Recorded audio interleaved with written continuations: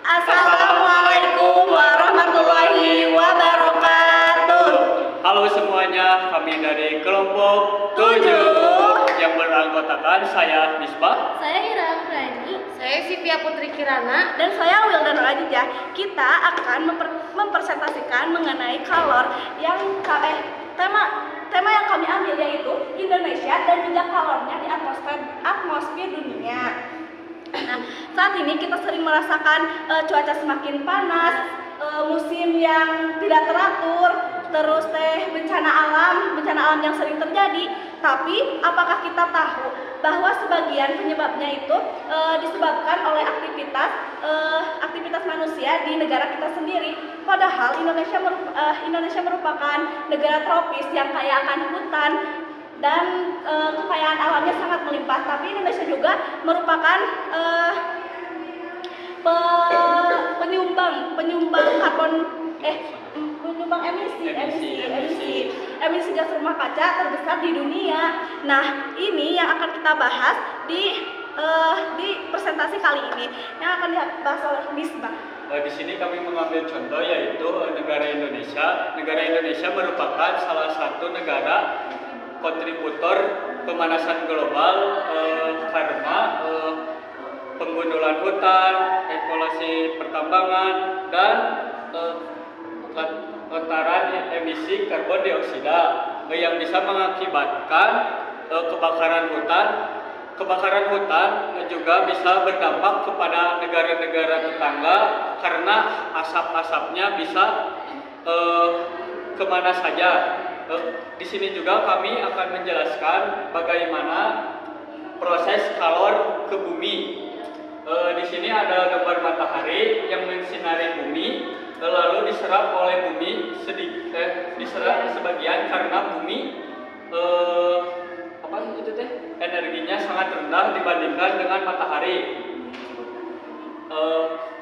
Cahaya matahari juga sebagian dibuang ke atmosfer, dipantulkan ke atmosfer karena bumi sangat menyerap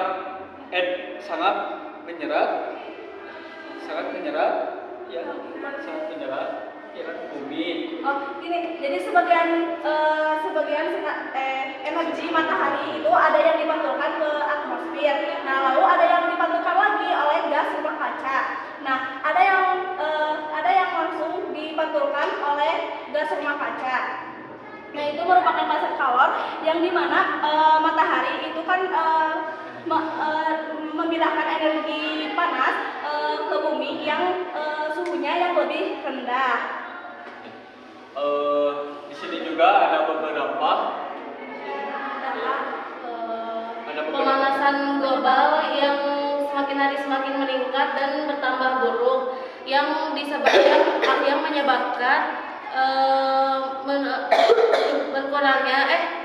timbulnya fenomena alam yang tidak biasa.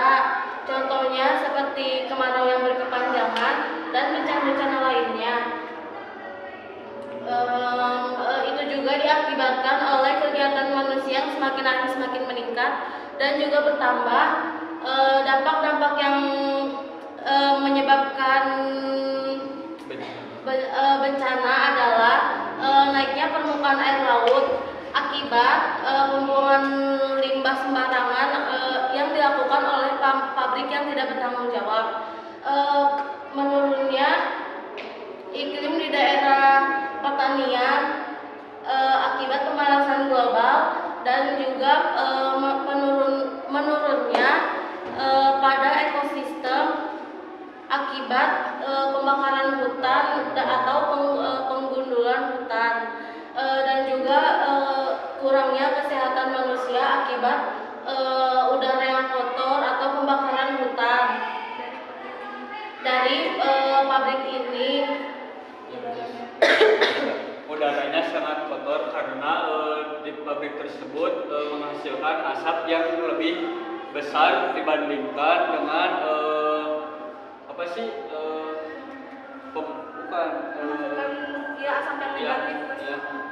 Asap yang negatif. Asap yang negatif. Yang terakhir, menipisnya lapisan ozon akibat gas rumah kaca.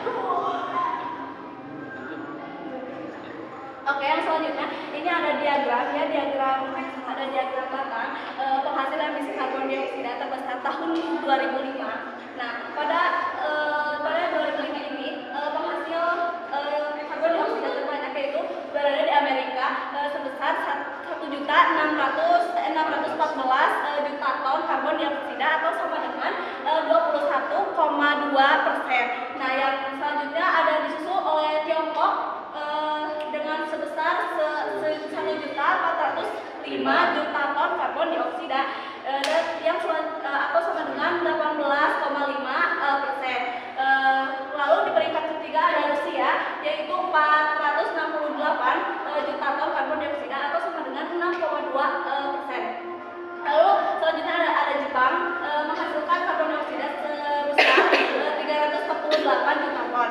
Terus ada New York sebesar 312 juta ton karbon dioksida. Oleh Jerman 230 juta ton karbon dioksida. Terus dari Kanada 161 juta karbon dioksida. Inggris 159 karbon dioksida. Lalu Italia 152 karbon dioksida dan Korea 139 juta ton karbon dioksida dan lainnya 2.627 juta ton karbon dioksida.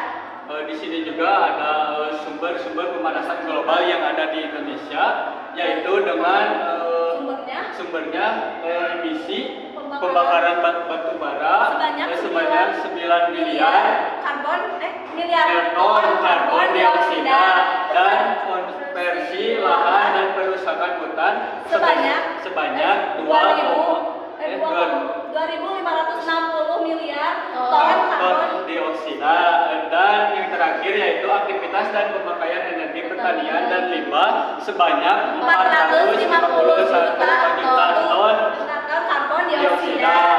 Nah, selanjutnya ada emisi karbon dunia dan bahan bakar fosil menurut sektor.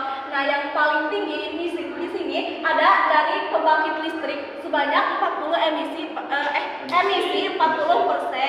Terus dari transportasi sebanyak 20%. Terus dari industri 17%. Dan rumah tangga dan perdagangan sebanyak 14% dan lainnya 8%. Yuk,